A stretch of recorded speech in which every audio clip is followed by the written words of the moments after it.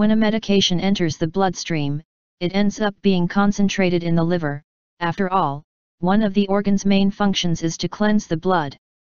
This means that if a drug is going to have an adverse effect on any part of the body, chances are it will be that one.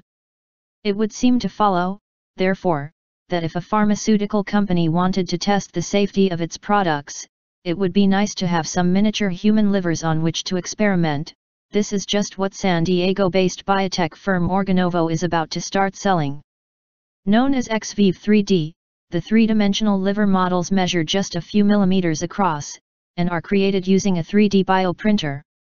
The device incorporates two print heads, one of which deposits a support matrix, and the other of which precisely places human liver cells in it.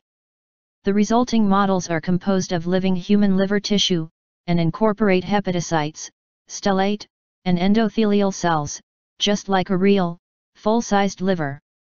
They also produce liver proteins such as albumin, fibrinogen, and transferrin, plus they synthesize cholesterol.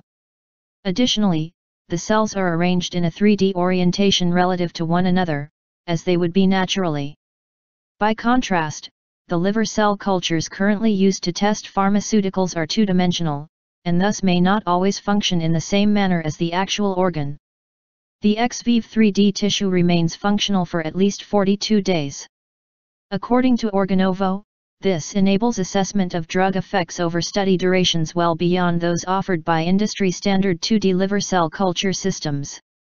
Already, the models have demonstrated the abilities to differentiate between structurally related toxic and non-toxic compounds, and to detect metabolites, molecules that are products of the body's metabolism. The first XVIV 3D models will be available to researchers and pharmaceutical companies through Organovo's Contract Research Services program. This means that the tests will be performed by Organovo technicians, at the company's facilities.